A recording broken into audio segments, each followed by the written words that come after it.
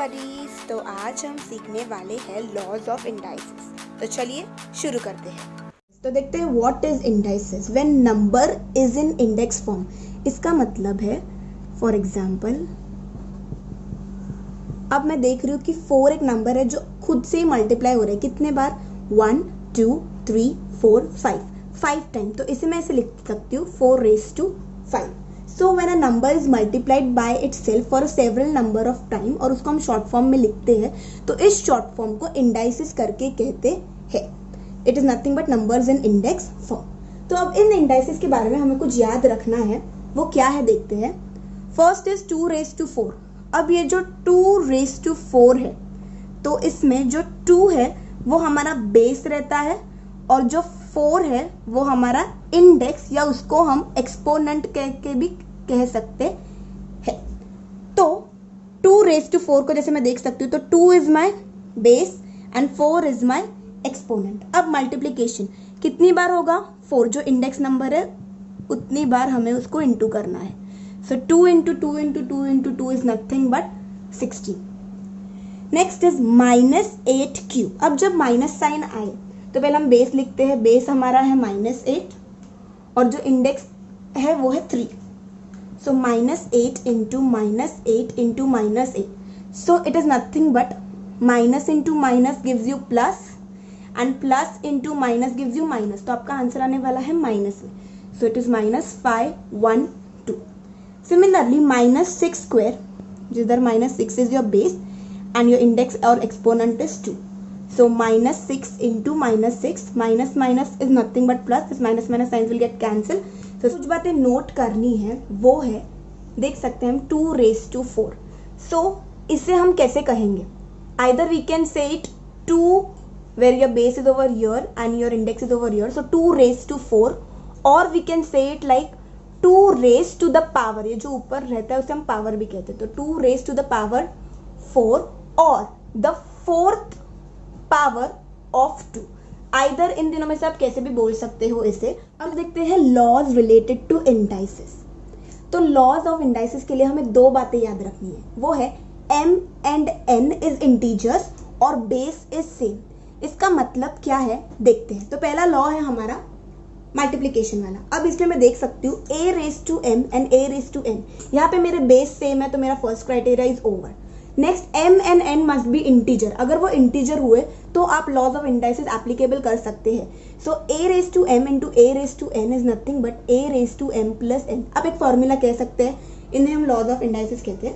For example 3² into 3³ अगर मैंने यहाँ पर देखा तो मैं इसे लिखूंगी कैसे? 3 इंटू 3 इंटू 3 इंटू 3 इंटू 3² और 3³ तो टोटल कितने 3 है? 1 2 3 4 5। तो 3⁵5 ये छोटा नंबर है इसलिए हो गया। पर अगर मैंने इधर 3⁻12 दिया और 3⁻13 दिया तो अब डायरेक्ट नहीं कर सकते ना इतना 3 इंटू 3 इंटू 3। तो इसके लिए एक सिंपल वे है। 3⁻12 हमारा बेस सेम है तो हम अपना लॉज ऑफ मल्टीप्लीकेशन यूज करेंगे। सो 3⁻12 प्लस 13 हो जाएगा, क्योंकि हमारा रूल क्या कहता है? a⁻m into a⁻n is nothing but a⁻m plus n। So 12 plus 13 is nothing but 3⁻25। तो अब देखते हैं laws of indices related to division. अगर मुझे दिया है 4⁵5 डिवाइड बाय 4⁵2 तो मैं नॉर्मली इसको कैसे करूँगी? 4 इंटू 4 इंटू 4 5 टाइम्स कर दूंगी। 1 2 3 4 5 डिवाइड बाय 2 टाइम्स। तो यूजुअली ये ऐसे ऐसे कैंसिल होके हमें आंसर मिलेगा 4⁵3। बट ऐसे करने से अच्छा हमें पता है laws of indices, that is a⁻m divide by a⁻n is nothing but m minus n।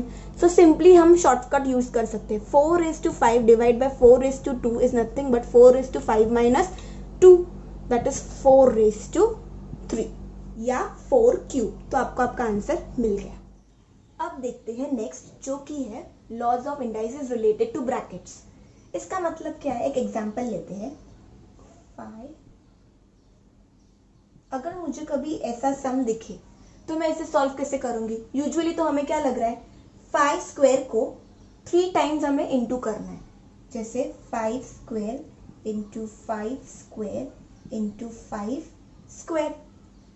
So into करते समय हमें कौन सा इंडाइसिस का रूल याद है? अगर बेस सेम हो तो हम पावर्स को क्या कर देते हैं, ऐड, इनटू करते समय.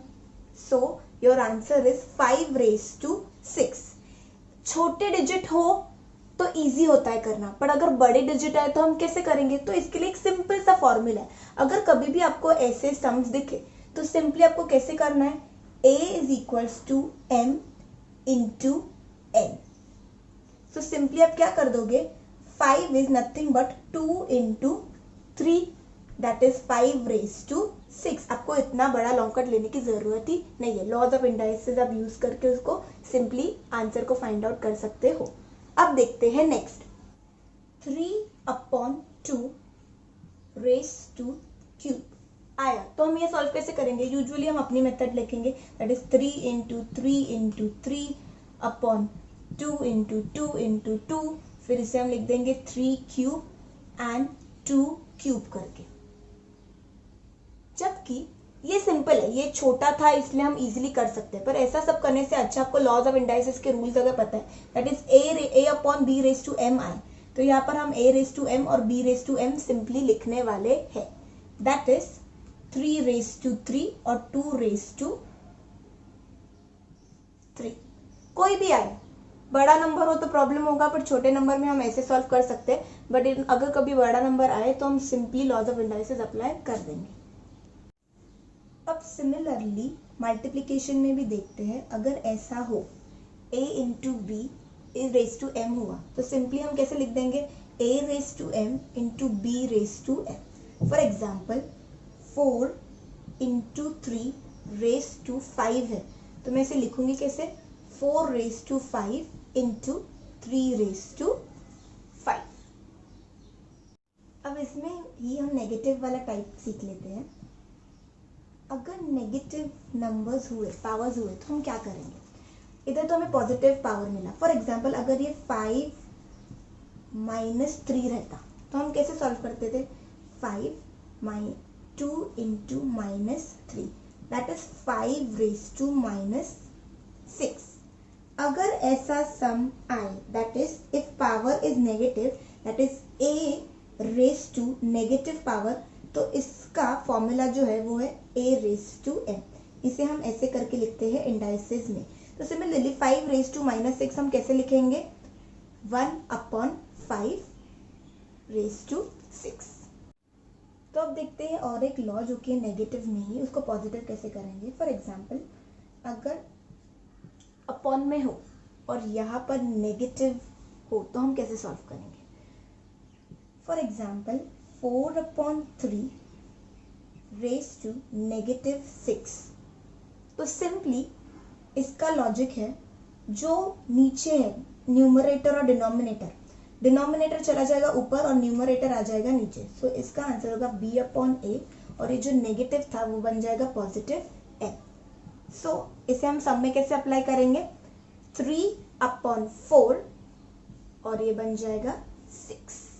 तो नेगेटिव में हमें दो बातें याद रखनी है. एक है ये, इधर डिनोमिनेटर नहीं था इसलिए हमने अज्यूम 1 किया और वो 1 रेसिप्रोकल बन गया 1/am, इधर जाके वो पॉजिटिव हो गया. सिमिलरली यहाँ पर न्यूमरेटर जो था वो डिनोमिनेटर में चला गया और डिनोमिनेटर न्यूमरेटर में चला गया और तब हमारी पावर पॉजिटिव हो गई. अब नेक्स्ट देखते हैं जो कि है power of 0. a raise to 0 आए तो हम कैसे सॉल्व करेंगे. फॉर एग्जाम्पल ये देखने मिलेगा हमें, अगर मैं डिवाइड कर रही हूँ विथ कॉमन बेस 4 क्यूब तो मैं इसे सॉल्व कैसे करूँगी, according to division of indices rule 3 minus 3. तो आपका आंसर क्या हो जाएगा, 4 रेज टू 0. इस कंडीशन में आपका आंसर 4 रेज टू 0 नहीं होगा बल्कि आपका आंसर होगा 1. So whenever a raise to 0 होगा तो डायरेक्टली आपका आंसर क्या होने वाला है, 1. Similarly when power is 1, so for example a raise to 1 है तो आपका आंसर जो बेस है ना वो ही होने वाला है. For example 4 raise to 1, your answer will be 4. 2 raised to 1, your answer will be 2.